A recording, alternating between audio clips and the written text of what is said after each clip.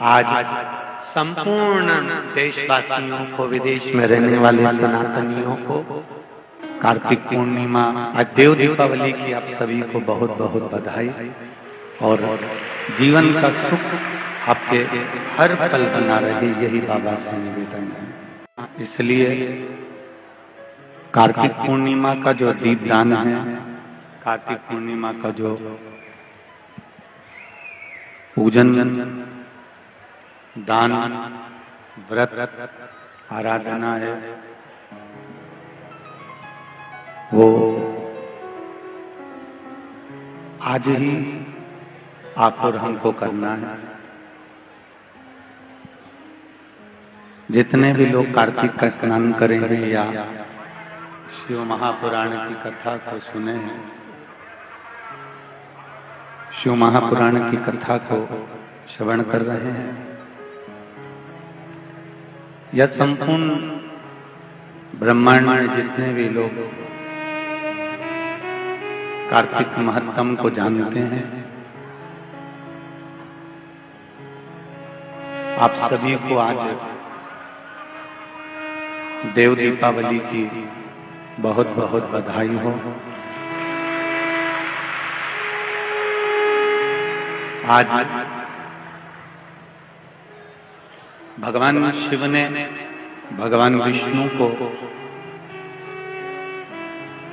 जो कार्यभार मिला था वो पूर्ण दिया है, और देने के बाद 33 कोटि देवी देवता सबकी सब आज काशी की पवित्र भूमि पर आकर, काशी की धरा पर आकर, मृत्यु लोक में देवलोक से आकर भगवान शिव की अविरल भक्ति का सुख प्राप्त किया था। और बड़ा सुंदर दीप पर्व पूरे ब्रह्मांड में, पूरे काशी में, पूरे मृत्यु लोक में 33 कोटि देवी देवताओं ने मिलकर किया था, सभी ने मिलकर। इसलिए ये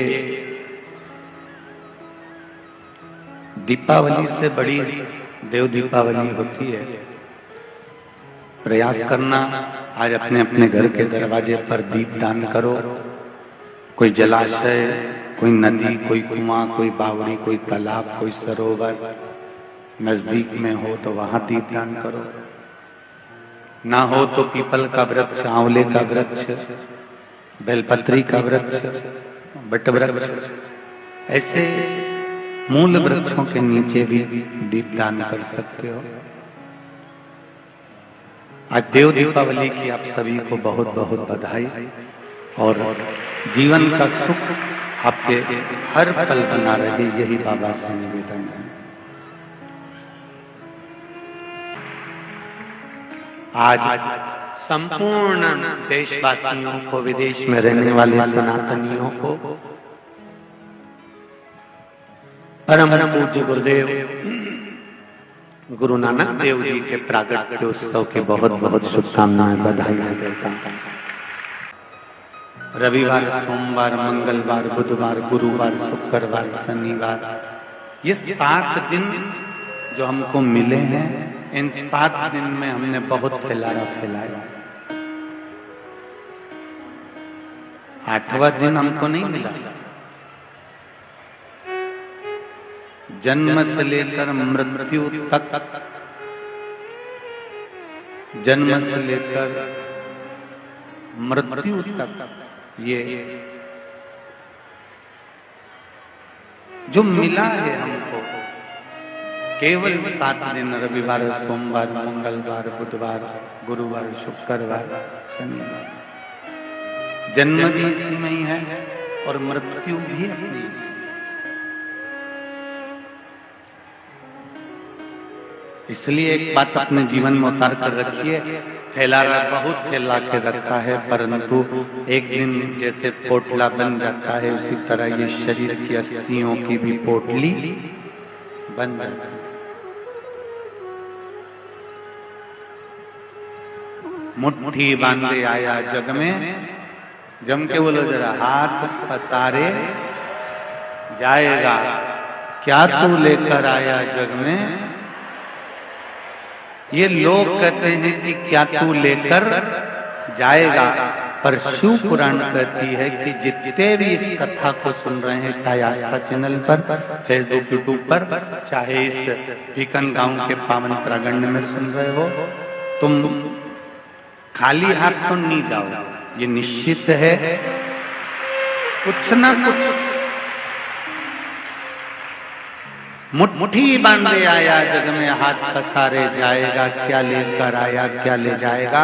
कोई तुमसे कहे कि क्या लेकर जाएगा तो कह देना, ये धन दौलत भले ना लेकर जाऊं, पर मैंने जो शिव महापुराण की कथा सुनी है, एक लोटा जल चढ़ाया है, वो पुण्य मेरे खाते में है, मैं लेकर। हमारा शिव जी का किया गया भजन, हमारा दान, हमारा पुण्य,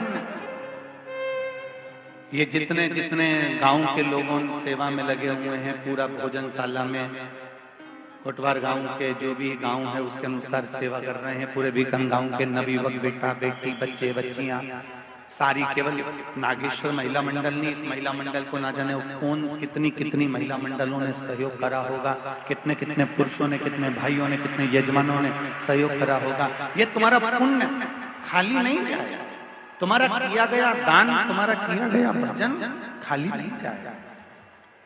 ऐसा लगता है जैसे पहले के जमाने में बारात आती थी और उसका स्वागत होता था, आज ऐसा लगता है कि देवलोक से इतने सारे शिव के भक्त आए हैं और सेवा में पृथ्वी वाले लगे।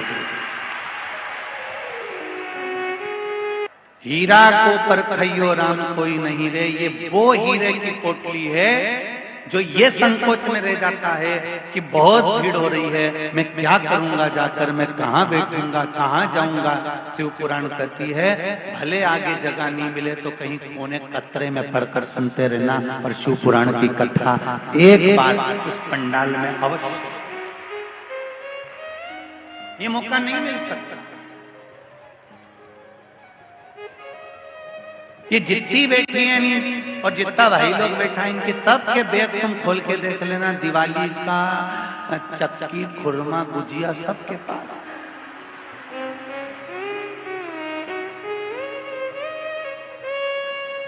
और इन्हें 2-3 बार निकाल के खाने की भी कोशिश करी, ऐसा नहीं।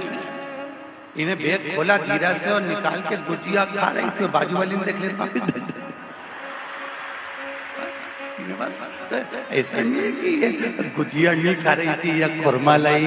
अब दिवाली के बाद कथा हुई है तो दिवाली का आइटम कोई घर पे छोड़ के आया, छोरा छोरी के लिए जितना दिया सबके लिए छोड़ा वो तो नहीं, और अपना हिस्सा का भी तो मान के नहीं, 4-5 पूजा और खुरमा, चकली और फूली वो लाई नहीं आती। देवी जी पूजन की लाई में सब ने वो शक्कर का खिलौना हो सब, और सब लेके आई है। ये कृपा है और तुम चिंता मत कर, जो आज जब जाओ रास्ता में सब निपटा जा जाओ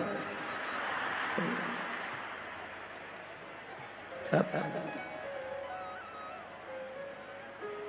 और फिर कहूंगा यहां से जाओ शिव महापुराण में से तो एकदम घर पे जाके कपड़े मत धोना, इन कपड़ों को जाकर झटकारना, कंकर शंकर की धरा से आए हो, कुछ भगवान देकर कितना कहा जरा देखिए। जब माता पार्वती को, पार्वती जी ने, जब भगवान गणेश जी महाराज आए और गणेश जी महाराज ने आकर कहा मां मुझे भूख लगी है, मां मुझे भूख लग रही है। गणेश जी आकर माता पार्वती से करें कि मुझे भूख लगी है, और माता पार्वती जी शंकर भगवान को देख रही हैं कि वो तो नेत्र बंद करके बैठे होंगे। बेटे अगर भूखे हैं,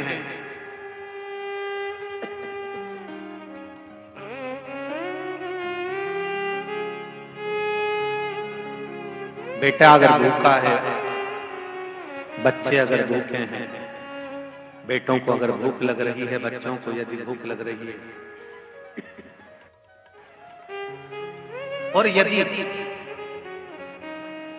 बच्चे भूखे हैं, तकलीफ में हैं, कष्ट में हैं, तो पत्नी के पास में, मां के पास में आकर रोते हैं। अब पत्नी सास से कहेगी, ससुर से कहेगी, देवर से कहेगी, जेठ से कहेगी कि अपने पति से कहेगी? जम के बोलो, अपने पति से कहेगी ना, क्योंकि विवाह करके तो ये लाया।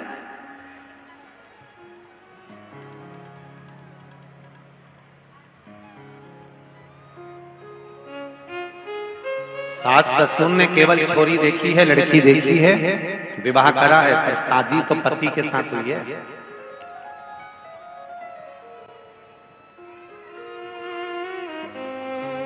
पिता में और माता में एक अंतर होता है।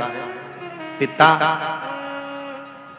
पत्नी का, बच्चों का, परिवार का परवरिश करने की, अच्छे कपड़े पहनाने की, भोजन कराने की, पेट भरने की, ये सारी जवाबदारी पिता की होती है। और माता की जवाबदारी बच्चों को अच्छे संस्कार देकर उसके लक्ष्य तक पहुंचाने की। पिता की जवाबदारी अच्छी परवरिश की, पिता की जवाबदारी है पेट भरने की, पिता की जवाबदारी है धन लाकर कमाकर देने की, उच्च शिक्षा तक पहुंचाने की जवाबदारी पिता की। पर माता की जवाबदारी है उस बच्चे को श्रेष्ठ संस्कारवान बनाना, उसकी मंजिल तक पहुंचाना, उसको लक्ष्य बनाना।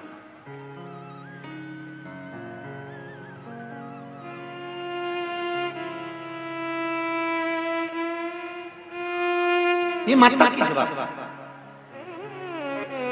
अब पार्वती मैया के बच्चे अगर भूखे हैं, ये तो शिव जी की लीला थी। गणेश जी भूखे, उन्हें भूख लगी।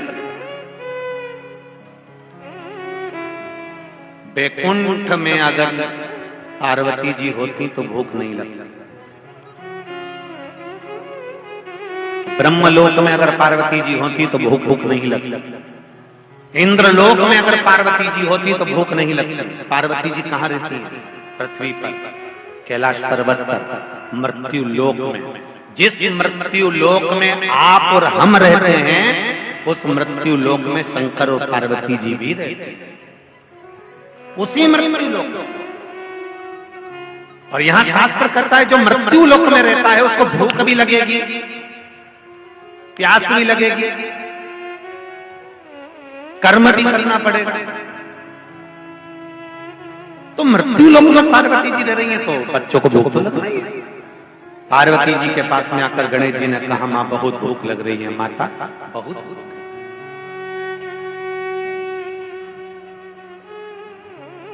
जैसे कथा की एक ललकता होती है,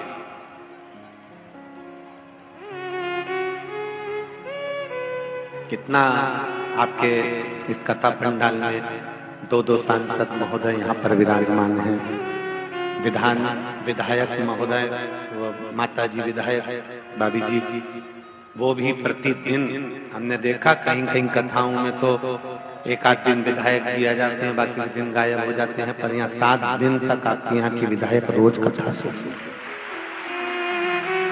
सांसद महोदय भी पहले दिन भी आए, बीच में भी आए, आज फिर कथा में पहुंचे और उनके साथ में हाईकोर्ट क्षेत्र के सांसद महोदय भी यहाँ विराजमान हैं और कई विधायक जन भी यहाँ बैठे हैं। ये एक कथा की रुचि है। नहीं तो ज्यादातर नेता जो होते हैं वो कथा का जब विराम होता है तब आते हैं, मतलब एंड में, आखिरी में। पर यहाँ जितने भी जो भी यहाँ पधारे वो सब बड़े यहाँ किसी को दिखाने के लिए नहीं आए। ये लोग केवल कथा का रसतत्व भीकन गांव का सुनना था, उसके लिए। और यही होना चाहिए।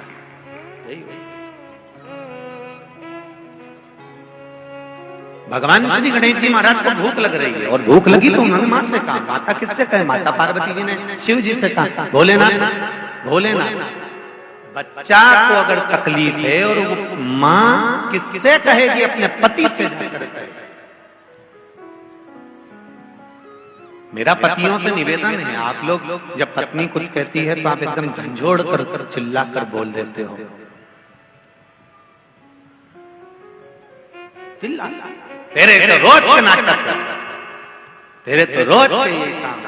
निवेदन है उसकी बात को जरा सुनो तो, समझो तो कि वो कहना क्या चाह रहा है। वो अपने लिए कुछ नहीं मांग रही। अगर वो बोलती है तो केवल इतना बोलती है कि मैं कब तक अपनी सास से कहूं, कब तक अपने ससुर से कहूं, शादी तुम्हारे साथ हुई है इसलिए मैं तुमसे कह सकती हूँ कि अपने बच्चों के लिए भी ध्यान दो, इनके लिए कुछ भोजन पानी की व्यवस्था, कुछ जीवन में अच्छा करने की व्यवस्था करो।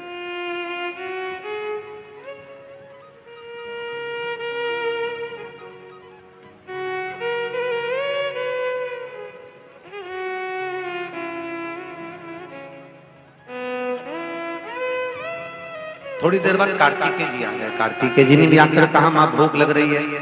पार्वती जी तो मन में सोची कि शिव जी तो मौन होकर बैठे हैं, आंखें बंद कर बैठे हैं, कैसे इनको मैं कहूं कि आप बच्चों का पेट भर दीजिए। अशोक सुंदरी आ गई, जया विषहरा सामरी वाली दौतली जो सब भूख लग रही है भोजन। ये तो शिव की कुछ लीला थी।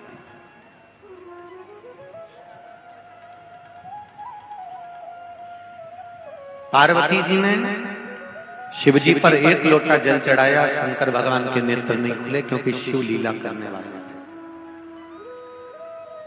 क्रोध में आ गई मां, बच्चों को बिलखता हुआ नहीं देख सकती।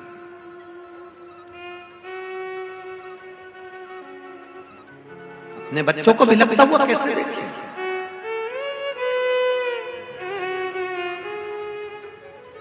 और ये माता का प्रेम होता है।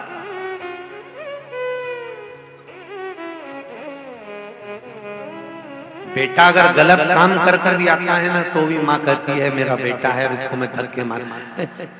पत्नी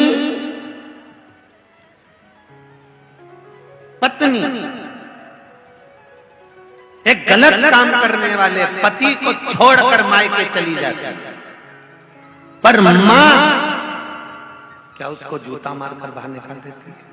नहीं, पेट में 9 महीना रखा है, इतना बड़ा हो गया, 30-33 साल का हो गया, कुछ नहीं करता तो भी माँ बर्तन मांजकर मजदूरी कर कर अपनी औलाद का पेट भर देती है।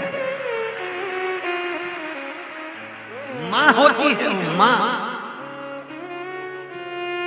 पिता कठोर हो सकता है, लात मार कर बाहर निकाल सकता है, पर माँ अगर एक बार बच्चे को बाहर भी निकाल दे।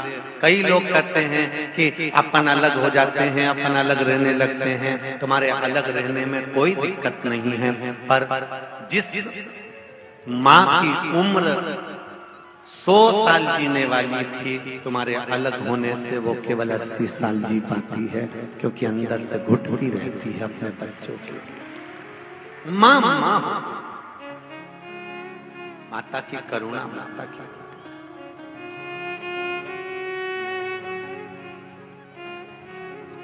हम क्यों कहते हैं कि शिवलिंग के ऊपर जल चढ़ाओ, मंदिर में जाकर शिवलिंग पर जल चढ़ाओ, ये बार बार क्यों कहते हैं? क्योंकि शंकर भगवान के शिवलिंग में जो जल शिव पर चढ़ता है वो जल नीचे पार्वती जी के हस्त कमल पर आता है। जल जिस कामना से तुम चढ़ाते हो, तुम्हारी दिल की बात शंकर जी से टच होकर पार्वती जी तक पहुंचती है। अगर शिव जी नेत्र बंद करके बैठे हैं तो पार्वती उसको सुन लेती है, और माता पार्वती अपने बच्चों को खाली नहीं भेजती, इसलिए सुनकर सब कार्य करते हैं। वो माँ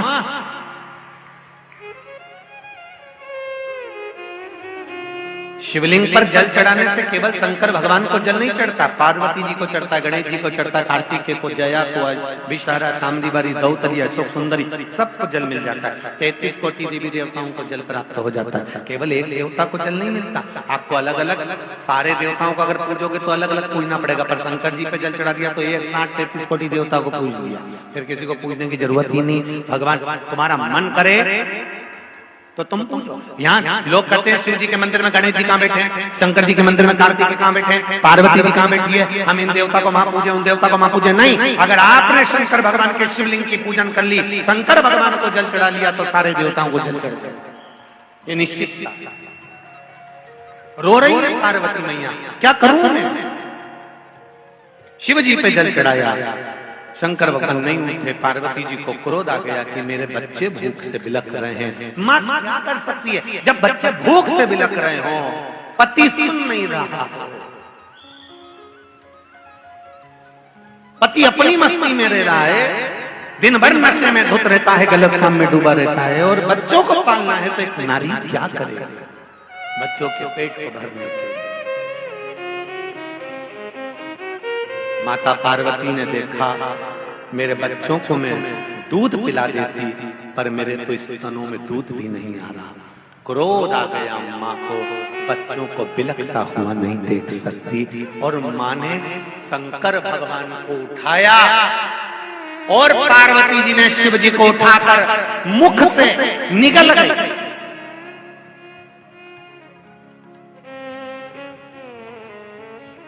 शिव को निगल गई।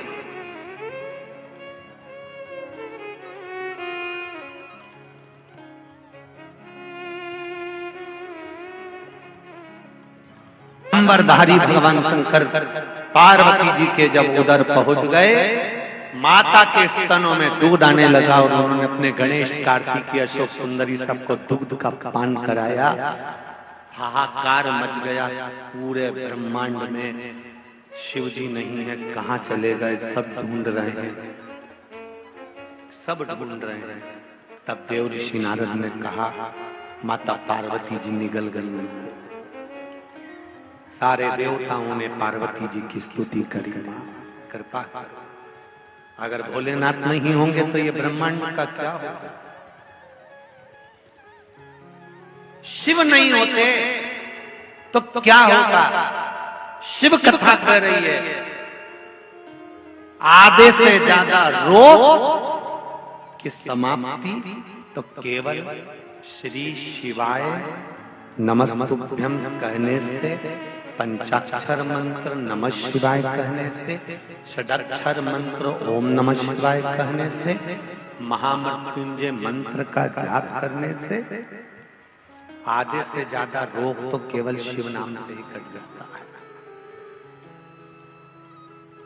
कृपा करो मां, शंकर भगवान को प्रकट करो।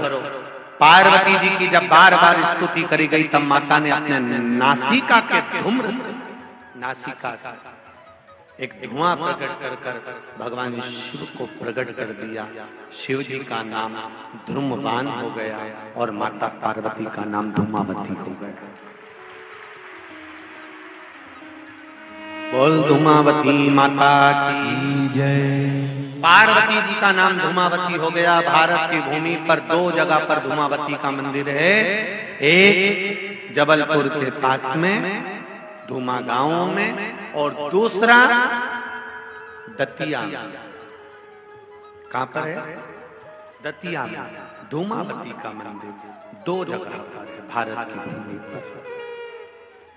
एक दतिया, मां पीताम्बरा धाम भी लोग उसको कहते हैं।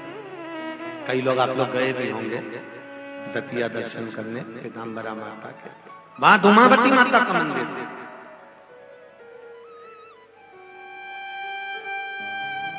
पार्वती जी ने शिव जी का हाथ जोड़कर निवेदन करा, प्रभु बच्चों के पेट को भरने के लिए मैं आपको निकल गई, क्रोध में आया। शिव जी कहते हैं पार्वती, कुछ देर के लिए तू अपने पति को खो बैठी थी, इसलिए तेरा नाम धूमावती होगा।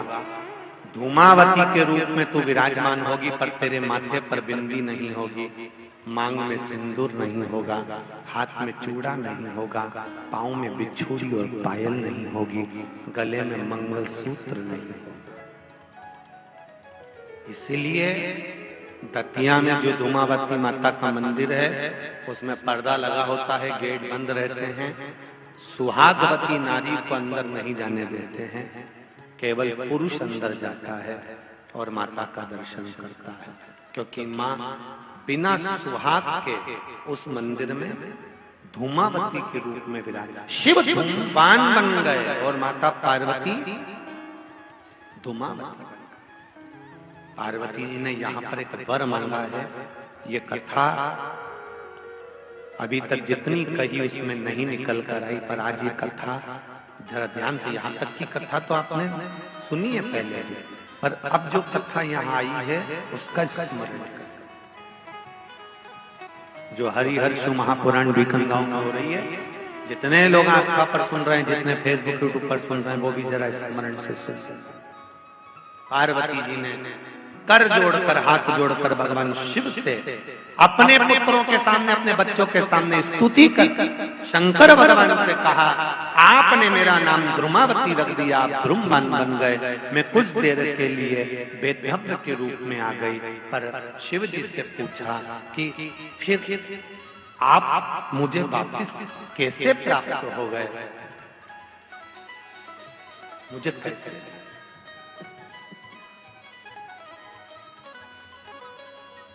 शिव जी कहते हैं, कुंवारी कन्या तीज का व्रत करती है, हरताली का तीज करती है, छोटी तीज, बड़ी तीज, हरियाली तीज करती है, छठ व्रत करती है। कुंवारी कन्या नवरात्रि व्रत करती है। कुंवारी कन्या जितने भी व्रत धारण करती है, सोमवार, मंगल, बुध, गुरु, शुक्र, शनि, जो भी व्रत उसने करा है, कुंवारी कन्या भूल से भी एक लोटा जल मुझे समर्पित करती है। शिव कहते हैं वो मेरी पुत्री के समान हो जाती है, सुख सुंदरी के समान, और उसके लिए वर देखना मेरा काम हो जाता है। उस कन्या के लिए श्रेष्ठ वर देखना। मैं बेटियों से एक बात जरूर कहूंगा, शादी होने के बाद अब शंकर जी को जल चढ़ाओगी वो अलग बात है, पर कुंवारी रहते हुए अगर आपने शिव जी पर जल चढ़ाना प्रारंभ कर दिया तो ये निश्चित है, ये निश्चितता है कि आपके लिए वर आपके माता पिता जरूर देखेंगे, पर पक्का शंकर भगवान ही करेंगे कि कहां। जो बेटी शिव मंदिर जाती है, हम ये नहीं कहेंगे, आजकल बड़ा वो चलता रहता है, नहीं साहब गुरुजी आप ऐसा बोलिए कि बेटियां मंदिर जा रही हैं तो ये परिधान होना चाहिए, ऐसा। हम तो बेटियों से इतना कहेंगे कि तुम शिव मंदिर जाओ, बस इतना याद रखो। बेटों से निवेदन है, शिव मंदिर जाओ।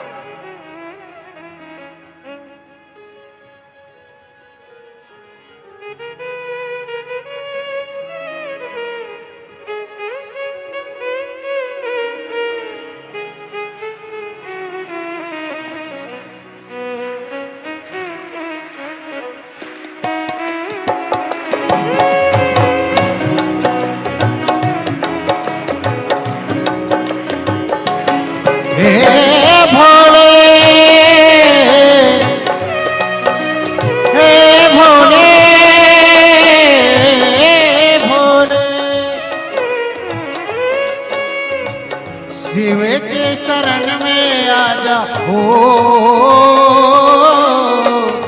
शिव के शरण में आजा, भोले के शरण में एक बार आजा, भोले की शरण में एक बार आजा, आजा भोले की शरण में, शिव की शरण में आजा हो, शिव के शरण में आजा, भोले के शरण में एक बार आजा, भोले के शरण में एक बार आजा, आजा भोले के शरण में।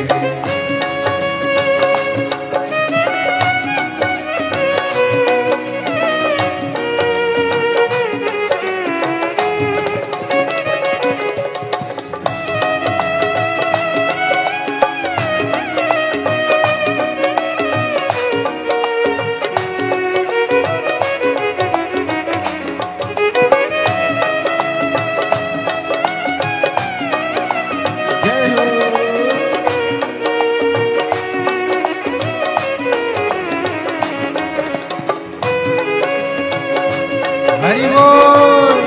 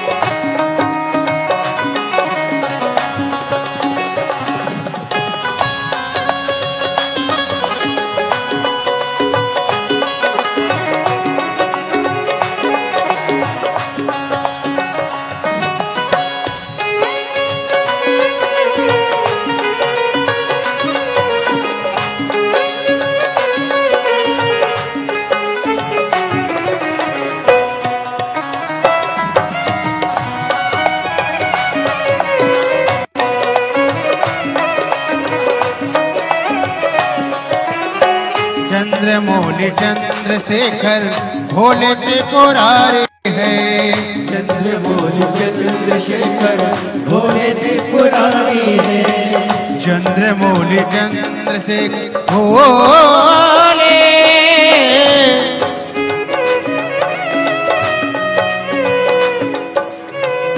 त्रिपुरारी है। चंद्रमौली चंद्रशेखर भोले त्रिपुरारी है। चंद्रमौली चंद्रशेखर भोले त्रिपुरारी है। गले मुंडे माल राज कल्पत तुलधारी है। गले मुंड माल राजे कल्पत तुलधारी है। नंदी पे सवारे से हो, नंदी पे सवारे से सेवक के शरण में एक बार आजा आजा सेवक के शरण में।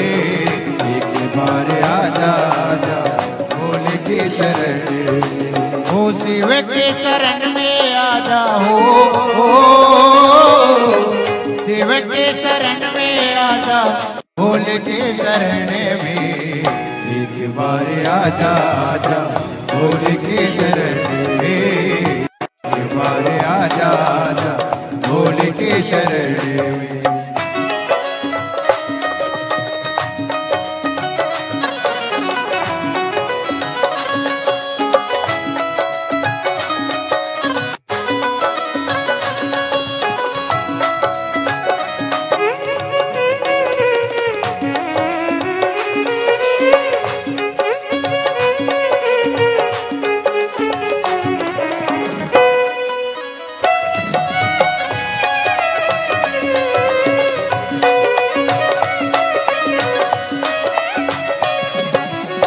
संत और फकीर सब है सेवक के शरण में। संत और फकीर सब है शिव की शरण में।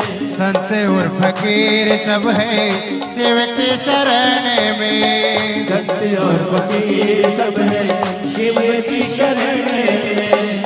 अमीर और गरीब सब है सेवक के शरण में।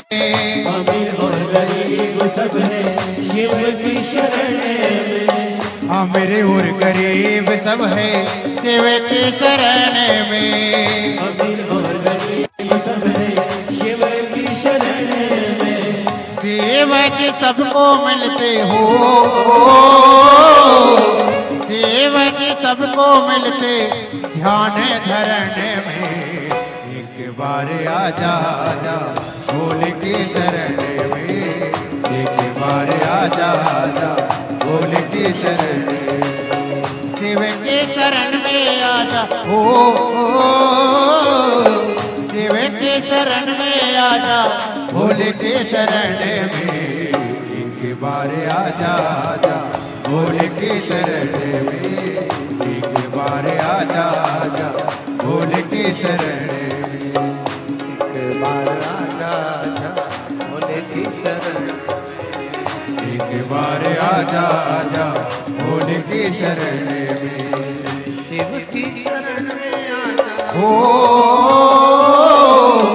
शिव के शरण में आजा, भोले की शरण में एक बार आजा, आजा भोले की शरण में एक बार आजा, आजा भोले की शरण में एक बार आजा, आजा भोले की शरण में एक बार आजा, आजा भोले की शरण में एक बार आजा, आजा भोले की शरण में एक बार आजा, आजा भोले की शरण में।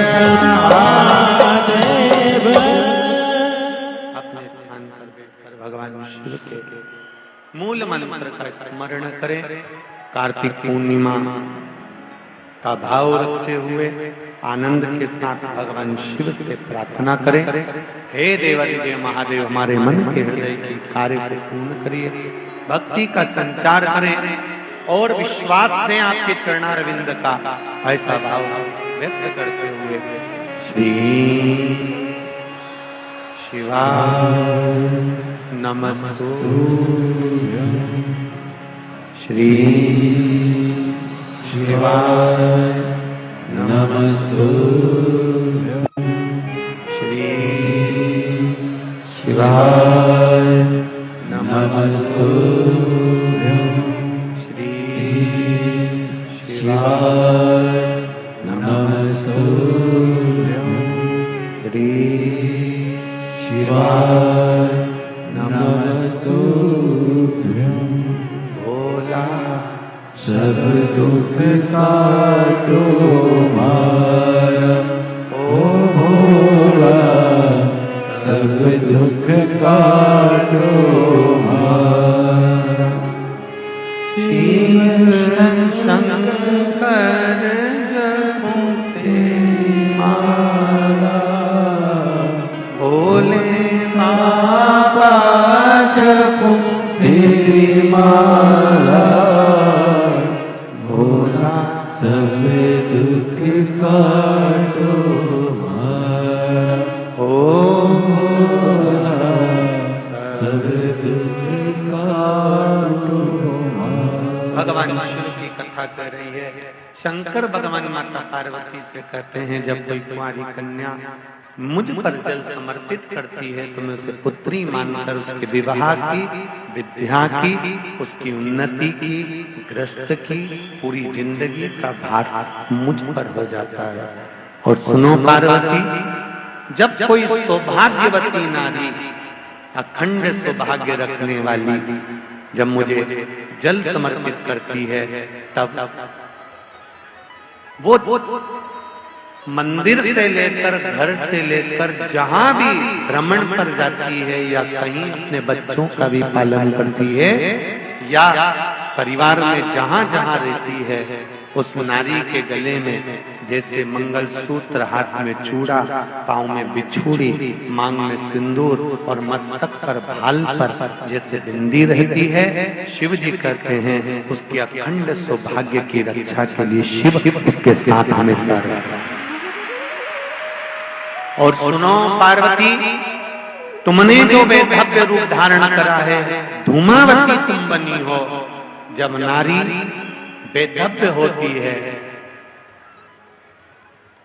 जब किसी पूर्व कर्म के कारण, आज के कर्म से नारी वैधव्य नहीं होती, या हमारे पूर्व का कोई कर्म होगा जिसके कारण बस नारी वैधव्य हो जाती है, विधवा का स्वरूप धारण करती है, तो शिव कहते हैं अगर वो वैधव्य होने के बाद भी मेरी आराधना में लीन रहती है, मुझ पर एक लोटा जल समर्पित करती रहती है, तो वो नारी अगला जन्म वैधव्य का नहीं पाती है, शिव तत्व की ओर।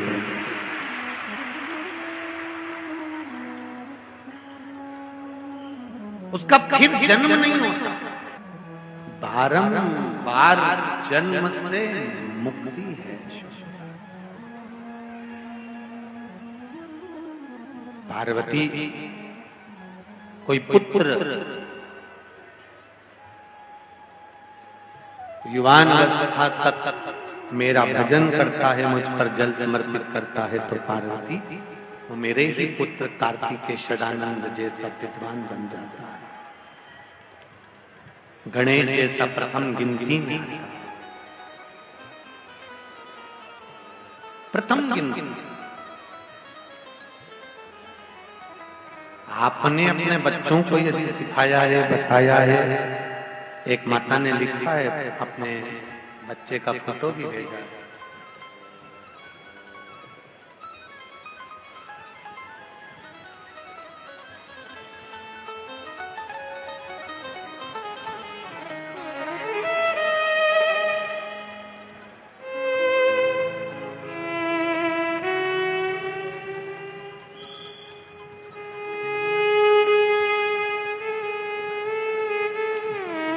मैं मीराबाई हटकर भोपाल में दीनदयाल कॉलोनी सिविल अस्पताल के सामने सेंधवा से कथा सुनने के लिए, बाबा को प्रणाम करने के लिए आई।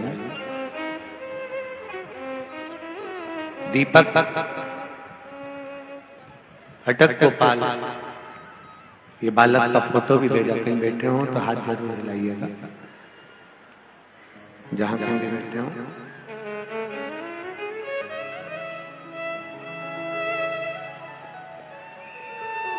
नब्बे % मेरा ये बेटा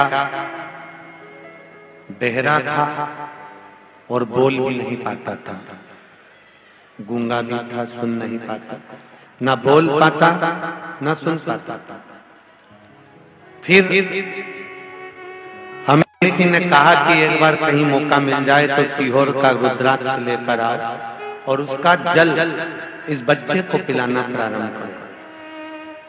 गुरुदेव, मैंने अपने बच्चे का फोटो भी लगाया, जो सुन भी नहीं सकता था और बोल भी नहीं सकता था। 90% उसकी वाणी नहीं थी, श्रवण शक्ति नहीं थी।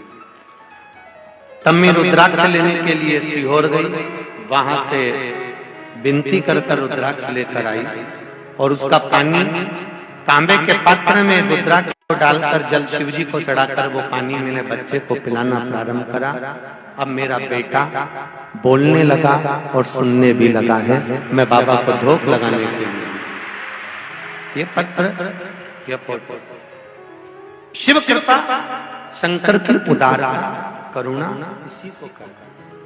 अब उसकी वाणी थोड़ी थोड़ी आ गई है, थोड़ा थोड़ा उसने श्रवण शक्ति भी ले ली है। ये शिव की उदारता ही है, उसकी उदारता बिना कुछ।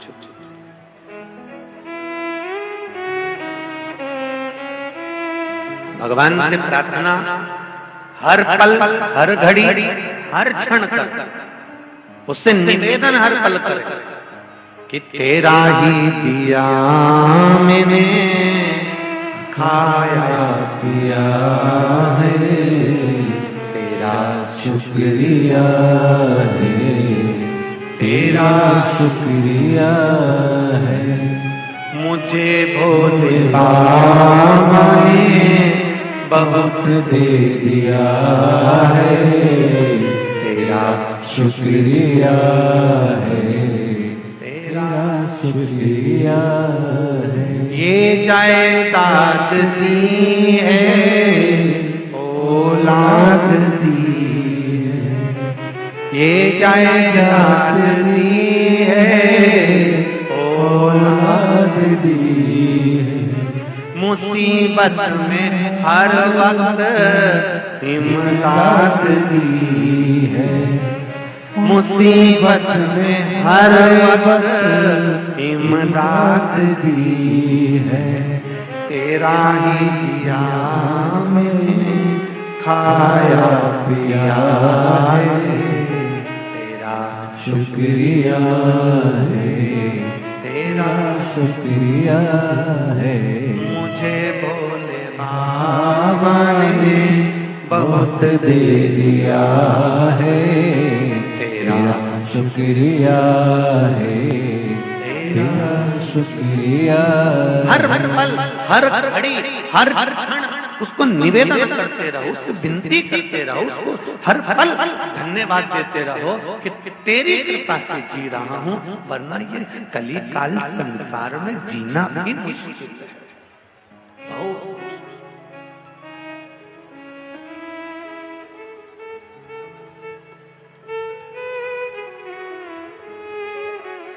तेरी उदारता के बिना नहीं हो सकता। इस बीकन गांव की कथा में सेठ लोगों ने अपना पैसा लगाया होगा, दान दिया होगा, कई लोगों ने अपनी अपनी व्यवस्थाएं सेवा दी होगी, पर इस कार्य को करने में एक गुरु और है, त्रिवेणी मंडल, त्रिवेणी गुरु, जिसने जो लड़के लोग सब्जी का ठेला लगाते हैं, फल का ठेला लगाते हैं, पानी की बोतल बसों पर चढ़ चढ़ कर बेचते हैं, सिर पर रखकर सामान आदि सामान बेचने जाते हैं, हाट बाजार करने जाते हैं, ऐसे लड़के लोगों ने 7 दिन कथा में अपने अपने ठेले को घर में खड़ा कर दिया और यहाँ पूरी पंडाल की व्यवस्था हुई।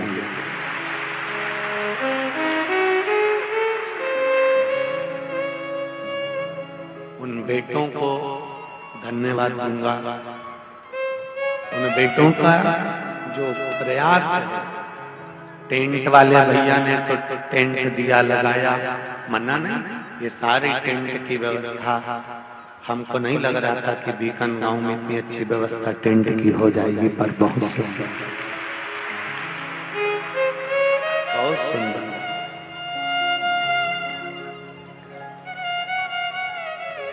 आपका भाव जो दिखा वो कह रहा, और सरदार जी आपने बहुत सुंदर टेंट आदि की व्यवस्था में ये क्रम किया है।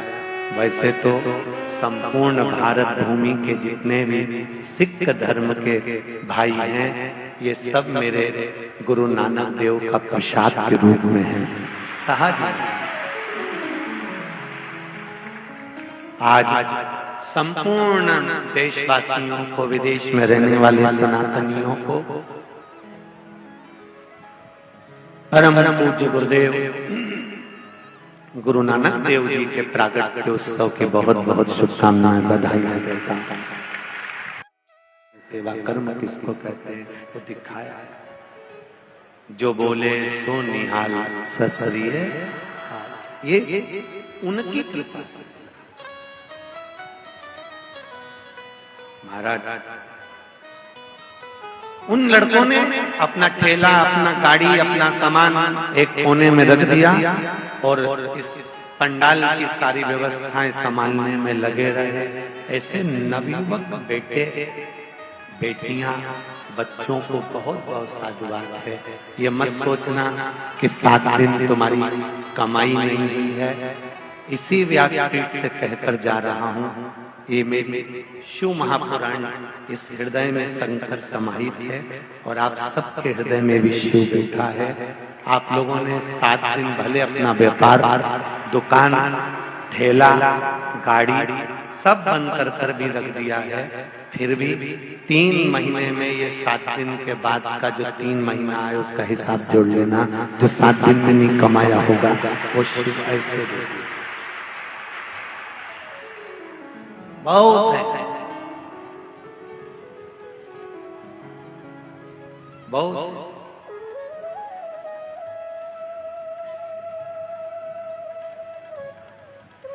बहुत लोग लगे ये यहाँ, ये रोड पार करोगे और तुम्हें दुकान ही दुकान मिल जाएगी। वो भी कमाने आए और अपन भी कमाने आए, बस वो धन कमा कर लेकर जाएंगे और अपन शिव का वो रतन लेकर जाएंगे जो जिंदगी भर खर्च नहीं हो सकता, जीवन भर खर्च नहीं होगा। जो दुकान पर बैठकर कमाया वो पत्नी और बच्चों के लिए कमाया, जो कथा के पंडाल में बैठकर कमाया ये पत्नी और बच्चों के लिए नहीं, ये अपने लिए कमाया है, अंतिम बिंदु तक के लिए कमाया, अंतिम क्षण। सहजता नहीं है।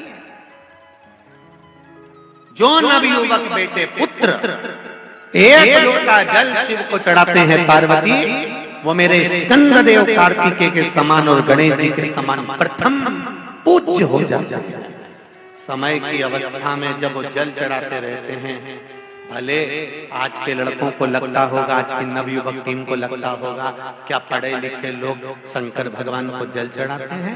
एक बार मेरा निवेदन है, तुम अगर गूगल चलाते हो, यूट्यूब चलाते हो, फेसबुक चलाते हो, तो दिन भर बैठकर शंकर भगवान के शिवलिंग की खोज करना कि ऐसा कोई संप्रदाय, ऐसा कोई धर्म, ऐसी कोई संप्रदाय हो जिसमें शिव को नहीं पूजा जाता हो, ऐसा कोई कंकर हो जहाँ शंकर ना हो। जब मृत्यु लोक में कुछ नहीं था तब भी शिव था, और जब संपूर्ण ब्रह्मांड जल में मग्न हो जाता है तब भी शिव रहता है। उस शिव को पाना सरल नहीं।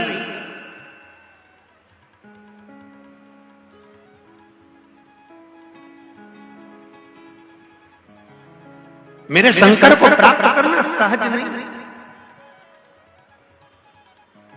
नवयुवक बेटे भी अगर एक लोटा जल चढ़ा रहे हैं, ये मत सोचो कि तुम सीए की पढ़ाई कर रहे हो, तुम इंजीनियर की पढ़ाई कर रहे हो, तुम कलेक्टर की आईएएस ऑफिसर की पढ़ाई कर रहे हो, तुम जज की पढ़ाई कर रहे हो, तुम वकालत की पढ़ाई कर रहे हो, तुम एलएलबी कर रहे हो, तुम एमबीए बीए जो कर रहे हो खूब पढ़ो, दिल से पढ़ो।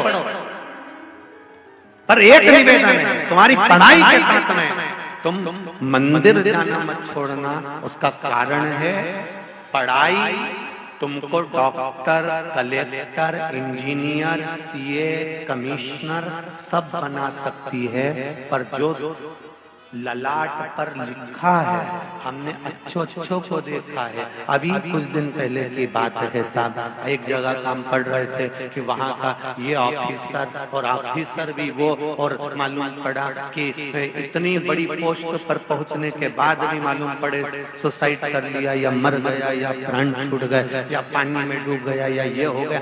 कई जगह आप अखबार बताइए, मालूम पड़े। आप बन सकते हो आईएएस ऑफिसर, आप बन सकते हो सीए, आप बन सकते हो इंजीनियर, आप बन सकते हो कलेक्टर, आप बन सकते हो डॉक्टर, सब कुछ बन सकते हो। पढ़ो, दिल से पढ़ोगे बन जाओगे। पढ़ाई तुमको उस अवधि, उस पदवी तक ले जाकर छोड़ दे, मना नहीं है, पर लाट पर जो लिखा है, डॉक्टर होने के बाद भी ललाट पर जो लिखा है तो वो तो भोगना। वकील बनने के बाद भी ललाट पर लिखा है तो भोगना। कलेक्टर और एसपी, डीएसपी जो बनना हो तुम सब बन जाओ, पर जो लिखा है उसको कोई दूसरा नहीं काट सकता। इसलिए पढ़ाई के साथ में भले तुम जीन्स पहनो, टी शर्ट पहनो, पर बेटियों से निवेदन है, नवयुवक बेटों बच्चों से निवेदन है, शिव का द्वार मत छोड़ना। वो क्या करेगा, तुम्हें पद तक पहुंचा तो देगा, तुम्हारी शिक्षा के अनुसार तुम्हें डॉक्टर, वकील, इंजीनियर सब बना देगा, पर उसके साथ तुम्हारा भाग्य भी श्रेष्ठ करता चले जाएगा। उसको छोड़ो।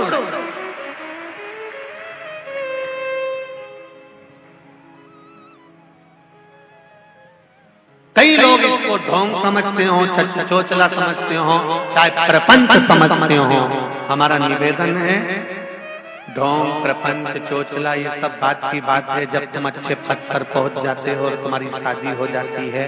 और शादी होने के बाद तुम्हारी जिससे शादी हुई, तुमने तो बड़े चाव से शादी करी थी और तुम्हें नहीं मालूम था कि ये चंद्र घंटा मिल गई या फिर जगदम्बा मिल गई, तब उस समय पर फिर किसी के यहाँ जाकर कहोगे कि साहब ये हमारे को तकलीफ चल रही है। फिर कोई कहेगा साहब अभी कुछ नहीं, ऐसा हो रहा है, ग्रह गड़बड़ चल रहा है। उससे अच्छा है अपने सारे ग्रहों को सुधारते हुए शिव को एक लोटा जल चढ़ाता है, अपने ग्रहों को सवार। सारे तीर्थ आपके चरणों में, हे भोलेनाथ प्रणाम। सारी दुनिया का सुख उसके चरणारविंद में समाया हुआ है। जब भगवान कृष्ण के यहाँ संतान नहीं हुई, 16,108 रानियां भगवान कृष्ण की हो गई, संतान ही नहीं हुई। तब भगवान कृष्ण गर्गाचार्य बाबा के पास में गए, मेरे यहाँ 16,108 रानियां, संतान नहीं हो रही है, कुछ कृपा करो। गर्गाचार्य बाबा ने कहा एक एक रानी के साथ बैठकर 11 दिन तक अभिषेक करो शिव जी का। एक एक रानी के साथ में बैठकर 11 दिन तक भगवान कृष्ण ने शंकर जी का अभिषेक करा, पूजन करा, आराधना करी, शिव जी को जल चढ़ाया। तब शंकर भगवान प्रसन्न हो गए और शिव जी ने वर दिया, सुनो कृष्ण, तुम्हारी एक एक रानी के साथ तुमने 11 दिन तक मेरा पूजन करा है, जल चढ़ाया है, मैं तुम्हें वर देता हूँ, तुम्हारी एक एक रानी से 11 बच्चे होंगे, 10 छोरा 1 छोरी। भगवान कृष्ण की एक एक रानी से हुए 1,77,186 भगवान कृष्ण की संतान शिव जी की कृपा से। रावण के दरवाजे पर पहुंचने पर भी, रावण पर चढ़ाई करने से पहले भी राम जी को समझ में आ गया कि जीतना मुश्किल है, क्योंकि शंकर का भक्त है। अंदर जो लंका में बैठा है, सोने की लंका में बैठा है, वो शिव का भक्त है। शंकर के कैलाश पर्वत को हाथ पर उठा सकता है, तो उसको निपटाना कोई साधारण सी बात नहीं है। हम तो कई लोगों से कहते हैं कि आप अगर शिव के भक्त हो, शंकर के उपासक हो, तो किसी भी युद्ध में उतर जा, तुम्हें निपटाना इतनी सरल बात नहीं है, सहजता नहीं है।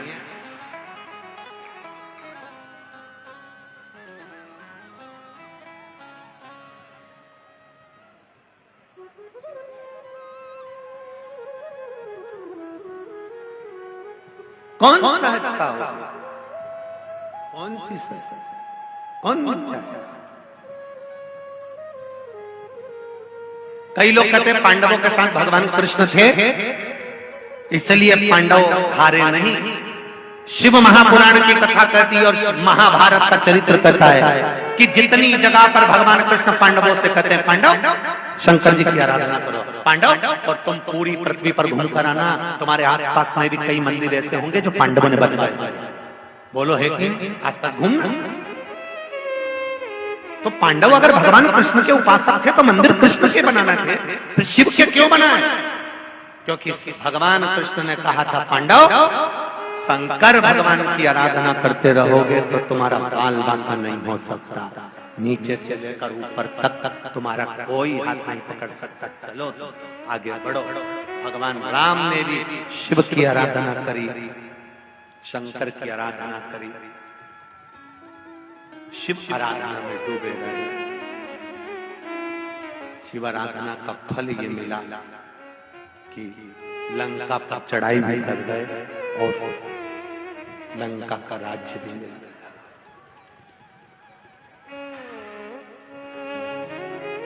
क्या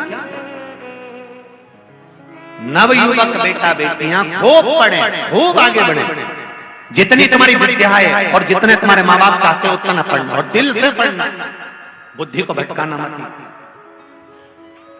ये नए नए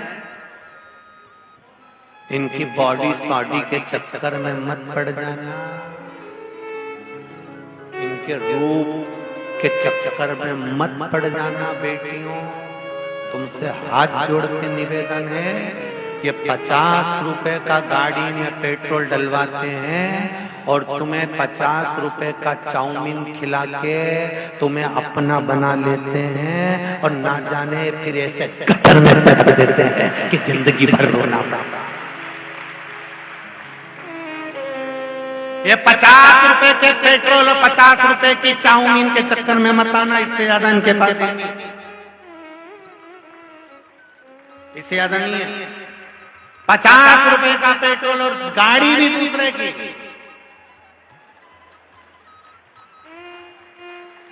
गाड़ी भी दूसरे की, वो भी किसी की सुधरने आ गई होगी।